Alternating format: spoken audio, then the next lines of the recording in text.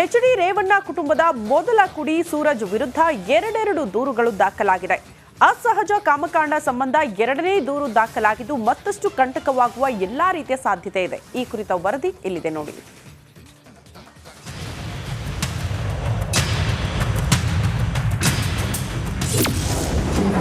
ಸೂರಜ್ ವಿರುದ್ಧದ ಸಲಿಂಗ ಕೇಸ್ಗೆ twist. ಪರಮಾಪ್ತನಿಂದಲೇ ದಾಖಲಾಯಿತು complaint. Suraj ಅಣ್ಣವ್ರು ಹೇಳ್ದಂಗೆ ಮಾಡಕ್ ಹೋಗಿ ಅವ್ನು ನನ್ನ ಜೊತೆ ಇಟ್ಕೊಂಡಿದ್ದೆ ಅಷ್ಟೇ. ಮಾನಸಿಕವಾಗಿ ನನ್ನೊಳಗೆ ನೋವು ಇಟ್ಕೊಂಡು ಸುಮ್ಮನೆ ಇದ್ದೆ 4 ವರ್ಷದಿಂದ. ಹೌದು, ಈಗ ಅದು ಸಂದರ್ಭ ಬಂತು ಕೊಟ್ಟಿದ್ದೀನಿ ಸರ್. ಪ್ರಜ್ವಲ್ ಹಾಗೂ ಸೂರಜ್ ರೇವಣ್ಣ ವಿರುದ್ಧದ ಕಾಮಕಾಂಡ ಕೇಸ್ ರೇವಣ್ಣ ಕುಟುಂಬಕ್ಕೆ ಹೊಸ ಟೆನ್ಷನ್ ಅನ್ನ ತಂದೊಡ್ಡಿದೆ. ಸೂರಜ್ ವಿರುದ್ಧ ಅಸಹಜ ಲೈಂಗಿಕ ದೌರ್ಜನ್ಯದ ಆರೋಪ ಕೇಳಿ ಬಂದಿದ್ದು, ಮೊದಲನೇ ಸಂತ್ರಸ್ತನ ದೂರಿನ ಬಳಿಕ ಇದೀಗ ಪರಮಾಪ್ತನಿಂದಲೇ ದೂರು ದಾಖಲಾಗಿದೆ. ಅಸಹಜ ಲೈಂಗಿಕ ದೌರ್ಜನ್ಯದ ಆರೋಪದ ಅಡಿ ಸೂರಜ್ ರೇವಣ್ಣ ವಿರುದ್ಧ ಪರಮಾಪ್ತನೇ ದೂರು ದಾಖಲಿಸಿದ್ದಾನೆ. ಹೊಳೆನರಸೀಪುರ ಠಾಣೆಯಲ್ಲಿ ಎರಡನೇ ಸಂತ್ರಸ್ತ ದೂರು ನೀಡಿದ್ದಾನೆ. ಹೊಳೆನರಸೀಪುರ ನಗರ ಠಾಣೆಗೆ ಬಂದ ಸಂತ್ರಸ್ತನನ್ನ ಗ್ರಾಮಾಂತರ ಠಾಣೆಗೆ ಕರೆದೊಯ್ಯಲಾಯಿತು. ಅಲ್ಲಿ ಮೊದಲನೇ ಸಂತ್ರಸ್ತನ ವಿರುದ್ಧ ನೀಡಿದ್ದ ದೂರನ್ನ ವಾಪಸ್ ಪಡೆದ ಬಳಿಕ ಸೂರಜ್ ರೇವಣ್ಣ ವಿರುದ್ಧ ಎರಡನೇ ಸಂತ್ರಸ್ತ ಹೊಸ ಪ್ರಕರಣ ದಾಖಲಿಸಿದ್ದಾರೆ.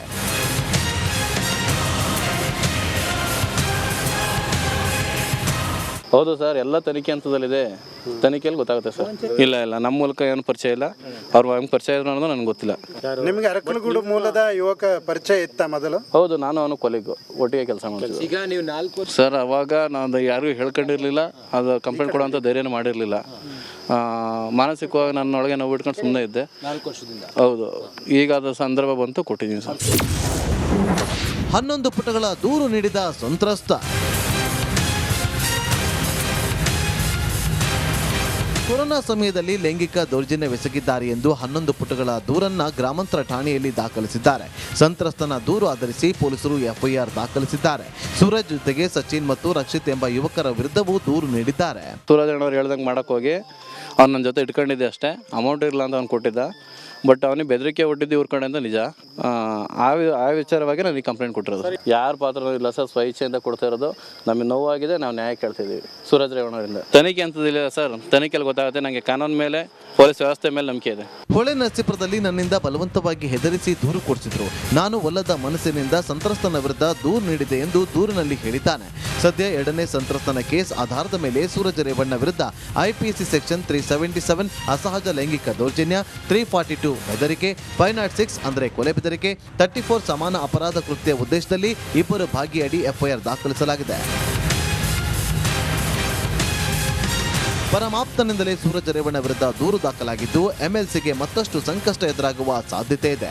ಈ ರೀತಿ ಇನ್ನೆಷ್ಟು ಕೇಸ್ಗಳು ದಾಖಲಾಗುತ್ತೆ ಅಂತ ಕಾದು ನೋಡಬೇಕಿದೆ. Bureau report, Republic Kannada. Holenarasipura ಮಹಿಳೆಯರ ಮೇಲಿನ ಲೈಂಗಿಕ ದೌರ್ಜನ್ಯ ಕೇಸ್ ಸಂಬಂಧ ಇಂದು ಪ್ರಜ್ವಲ್ ರೇವಣ್ಣ ಜಾಮೀನು ಅರ್ಜಿಯ ಭವಿಷ್ಯ ನಿರ್ಧಾರವಾಗಲಿದೆ. ಸೋಮವಾರ ಈ ಸಂಬಂಧ ವಾದ ಪ್ರತಿವಾದ ಆಲಿಸಿದ ಕೋರ್ಟ್ ಇಂದಿಗೆ ತೀರ್ಪು ಪ್ರಕಟವನ್ನ ನಿಗದಿ ಮಾಡಿತ್ತು. ಈ ಕುರಿತ ವರದಿ ಇಲ್ಲಿದೆ ನೋಡಿ.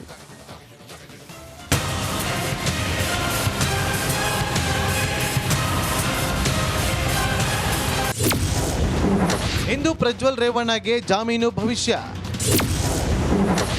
ಪೆನ್ ಡ್ರೈವ್ ಪೋರಿನಿಗೆ ಜೈಲಾಗುತ್ತಾ ಬೇಲ.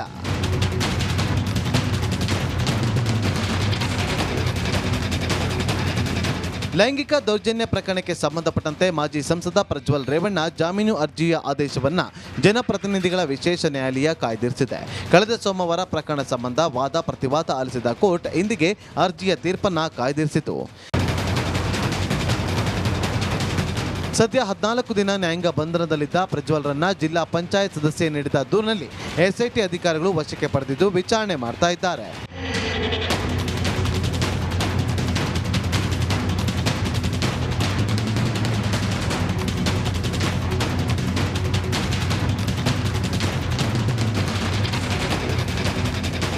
ಸದ್ಯ ಮೊದಲ ಕೇಸ್ನಲ್ಲಿ ಜಾಮೀನು ಅರ್ಜಿ ವಿಚಾರಣೆ ನಡೆದಿದ್ದು, ಇನ್ನುಳಿದ 2 ಕೇಸ್ಗಳಲ್ಲಿ ಪ್ರಜ್ವಲ್ ರೇವಣ್ಣ ವಿಚಾರಣೆ ಬಾಕಿ ಇದೆ. ಸದ್ಯ ಎರಡನೇ ಸಂತ್ರಸ್ತೆ ಕೊಟ್ಟ ದೂರಿನಲ್ಲಿ 4 ದಿನಗಳ ಕಾಲ ಎಸ್ಐಟಿ ಕಸ್ಟಡಿಗೆ ನಾಳೆಗೆ ಮುಕ್ತಾಯವಾಗಲಿದೆ. ಎಚ್.ಡಿ. ರೇವಣ್ಣ ಕುಟುಂಬದ ಮೊದಲ ಕುಡಿ ಸೂರಜ್ ವಿರುದ್ಧ ಎರಡೆರಡು ದೂರುಗಳು ದಾಖಲಾಗಿದೆ. ಅಸಹಜ ಕಾಮಕಾಂಡ ಸಂಬಂಧ ಎರಡನೇ ದೂರು ದಾಖಲಾಗಿದ್ದು ಮತ್ತಷ್ಟು ಕಂಟಕವಾಗುವ ಎಲ್ಲಾ ರೀತಿಯ ಸಾಧ್ಯತೆ ಇದೆ. ಈ ಕುರಿತ ವರದಿ ಇಲ್ಲಿದೆ ನೋಡಿ.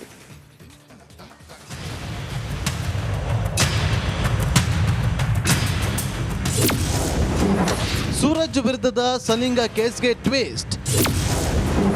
ಪರಮಾಪ್ತನಿಂದಲೇ ದಾಖಲಾಯಿತು ಕಂಪ್ಲೇಂಟ್. ಸೂರಜ್ ಅಣ್ಣವ್ರು ಹೇಳ್ದಂಗೆ ಮಾಡಕ್ ಹೋಗಿ ಅವ್ನು ನನ್ನ ಜೊತೆ ಇಟ್ಕೊಂಡಿದ್ದೆ ಅಷ್ಟೇ. ಮಾನಸಿಕವಾಗಿ ನನ್ನೊಳಗೆ ನೋವು ಇಟ್ಕೊಂಡು ಸುಮ್ಮನೆ ಇದ್ದೆ 4 ವರ್ಷದಿಂದ. ಹೌದು, ಈಗ ಅದು ಸಂದರ್ಭ ಬಂತು ಕೊಟ್ಟಿದ್ದೀನಿ ಸರ್. ಪ್ರಜ್ವಲ್ ಹಾಗೂ ಸೂರಜ್ ರೇವಣ್ಣ ವಿರುದ್ಧದ ಕಾಮಕಾಂಡ ಕೇಸ್ ರೇವಣ್ಣ ಕುಟುಂಬಕ್ಕೆ ಹೊಸ ಟೆನ್ಷನ್ ಅನ್ನ ತಂದೊಡ್ಡಿದೆ.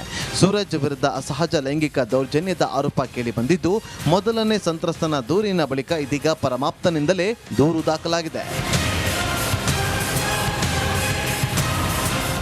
ಅಸಹಜ ಲೈಂಗಿಕ ದೌರ್ಜನ್ಯದ ಆರೋಪದ ಅಡಿ ಸೂರಜ್ ರೇವಣ್ಣ ವಿರುದ್ಧ ಪರಮಾಪ್ತನೇ ದೂರು ದಾಖಲಿಸಿದ್ದಾನೆ. ಹೊಳೆನರಸೀಪುರ ಠಾಣೆಯಲ್ಲಿ 2ನೇ ಸಂತ್ರಸ್ತ ದೂರು ನೀಡಿದ್ದಾನೆ. ಹೊಳೆನರಸೀಪುರ ನಗರ ಠಾಣೆಗೆ ಬಂದ ಸಂತ್ರಸ್ತನನ್ನ ಗ್ರಾಮಾಂತರ ಠಾಣೆಗೆ ಕರೆದೊಯ್ಯಲಾಯಿತು. ಅಲ್ಲಿ ಮೊದಲನೇ ಸಂತ್ರಸ್ತನ ವಿರುದ್ಧ ನೀಡಿದ್ದ ದೂರನ್ನ ವಾಪಸ್ ಪಡೆದ ಬಳಿಕ ಸೂರಜ್ ರೇವಣ್ಣ ವಿರುದ್ಧ 2ನೇ ಸಂತ್ರಸ್ತ ಹೊಸ ಪ್ರಕರಣ ದಾಖಲಿಸಿದ್ದಾರೆ.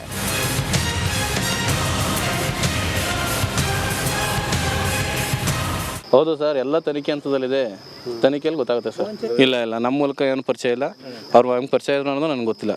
ನಿಮಗೆ ಅರಕಲಗೂಡು ಮೂಲದ ಯುವಕ ಪರಿಚಯ ಇತ್ತ ಮೊದಲು? ಹೌದು, ನಾನು ಅವನು ಕೊಲೆಗೂ ಒಟ್ಟಿಗೆ ಕೆಲಸ ಮಾಡ್ತೀವಿ. ಈಗ ನೀವು 4 ವರ್ಷ ಸರ್, ಅವಾಗ ನಾನು ಯಾರಿಗೂ ಹೇಳ್ಕೊಂಡಿರಲಿಲ್ಲ, ಅದು ಕಂಪ್ಲೇಂಟ್ ಕೊಡೋಂಥ ಧೈರ್ಯನೂ ಮಾಡಿರಲಿಲ್ಲ. ಮಾನಸಿಕವಾಗಿ ನನ್ನೊಳಗೆ ನೋವು ಇಟ್ಕೊಂಡು ಸುಮ್ಮನೆ ಇದ್ದೆ 4 ವರ್ಷದಿಂದ. ಹೌದು, ಈಗ ಅದು ಸಂದರ್ಭ ಬಂತು ಕೊಟ್ಟಿದ್ದೀನಿ ಸರ್. 11 ಪುಟಗಳ ದೂರು ನೀಡಿದ ಸಂತ್ರಸ್ತ. ಕೊರೋನಾ ಸಮಯದಲ್ಲಿ ಲೈಂಗಿಕ ದೌರ್ಜನ್ಯವೆಸಗಿದ್ದಾರೆ ಎಂದು 11 ಪುಟಗಳ ದೂರನ್ನ ಗ್ರಾಮಾಂತರ ಠಾಣೆಯಲ್ಲಿ ದಾಖಲಿಸಿದ್ದಾರೆ. ಸಂತ್ರಸ್ತನ ದೂರು ಆಧರಿಸಿ ಪೊಲೀಸರು ಎಫ್ಐಆರ್ ದಾಖಲಿಸಿದ್ದಾರೆ. ಸೂರಜ್ ಜೊತೆಗೆ ಸಚಿನ್ ಮತ್ತು ರಕ್ಷಿತ್ ಎಂಬ ಯುವಕರ ವಿರುದ್ಧವೂ ದೂರು ನೀಡಿದ್ದಾರೆ. ಸೂರಜ್ ಅಣ್ಣವ್ರು ಹೇಳ್ದಂಗೆ ಮಾಡಕ್ ಹೋಗಿ ಅವ್ನು ನನ್ನ ಜೊತೆ ಇಟ್ಕೊಂಡಿದ್ದೆ ಅಷ್ಟೇ. ಅಮೌಂಟ್ ಇರಲ್ಲ ಅಂತ ಅವ್ನು ಕೊಟ್ಟಿದ್ದ. ಬಟ್ ಅವನಿಗೆ ಬೆದರಿಕೆ ಒಟ್ಟಿದ್ದು ಇವ್ರ ಕಡೆಯಿಂದ ನಿಜ. ಆ ವಿಚಾರವಾಗಿ ನನಗೆ ಕಂಪ್ಲೇಂಟ್ ಕೊಟ್ಟಿರೋದು. ಯಾರ ಪಾತ್ರ ಇಲ್ಲ ಸರ್, ಸ್ವಇಚ್ಛೆಯಿಂದ ಕೊಡ್ತಾ ಇರೋದು. ನಮಗೆ ನೋವಾಗಿದೆ, ನಾವು ನ್ಯಾಯ ಕೇಳ್ತಿದ್ದೀವಿ ಸೂರಜ್ ರೇವಣ್ಣವರಿಂದ. ತನಿಖೆ ಅಂತದಿಲ್ಲ ಸರ್, ತನಿಖೆಯಲ್ಲಿ ಗೊತ್ತಾಗುತ್ತೆ. ನನಗೆ ಕಾನೂನು ಮೇಲೆ, ಪೊಲೀಸ್ ವ್ಯವಸ್ಥೆ ಮೇಲೆ ನಂಬಿಕೆ ಇದೆ. ಹೊಳೆನರಸೀಪುರದಲ್ಲಿ ನನ್ನಿಂದ ಬಲವಂತವಾಗಿ ಹೆದರಿಸಿ ದೂರು ಕೊಡಿಸಿದ್ರು. ನಾನು ಒಲ್ಲದ ಮನಸ್ಸಿನಿಂದ ಸಂತ್ರಸ್ತನ ವಿರುದ್ಧ ದೂರು ನೀಡಿದೆ ಎಂದು ದೂರಿನಲ್ಲಿ ಹೇಳಿದ್ದಾನೆ.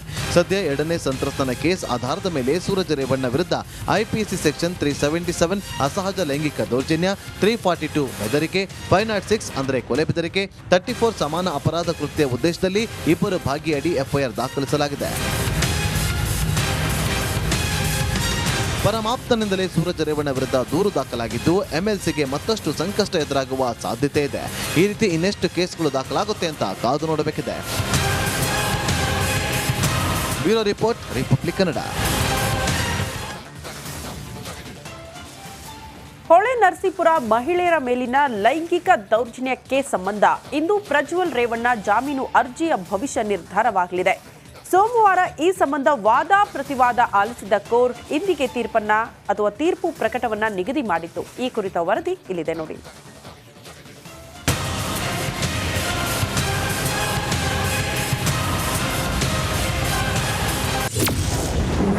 ಇಂದು ಪ್ರಜ್ವಲ್ ರೇವಣ್ಣಗೆ ಜಾಮೀನು ಭವಿಷ್ಯ. ಪೆನ್ ಡ್ರೈವ್ ಪೋರಿನಿಗೆ ಜೈಲಾಗುತ್ತಾ ಬೇಲ.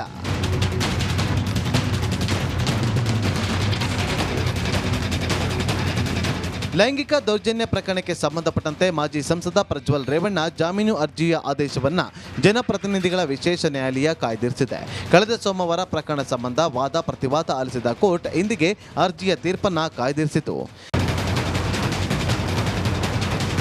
ಸದ್ಯ 14 ದಿನ ನ್ಯಾಯಾಂಗ ಬಂಧನದಲ್ಲಿದ್ದ ಪ್ರಜ್ವಲ್ರನ್ನ ಜಿಲ್ಲಾ ಪಂಚಾಯತ್ ಸದಸ್ಯೆ ನೀಡಿದ ದೂರಿನಲ್ಲಿ SIT ಅಧಿಕಾರಿಗಳು ವಶಕ್ಕೆ ಪಡೆದಿದ್ದು ವಿಚಾರಣೆ ಮಾಡ್ತಾ ಇದ್ದಾರೆ.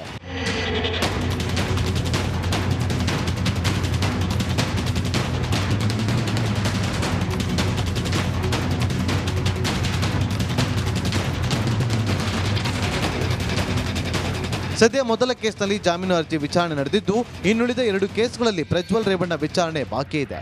ಸದ್ಯ 2ನೇ ಸಂತ್ರಸ್ತೆ ಕೊಟ್ಟ ದೂರಿನಲ್ಲಿ 4 ದಿನಗಳ ಕಾಲ SIT ಕಸ್ಟಡಿಗೆ ನಾಳೆಗೆ ಮುಕ್ತಾಯವಾಗಲಿದೆ.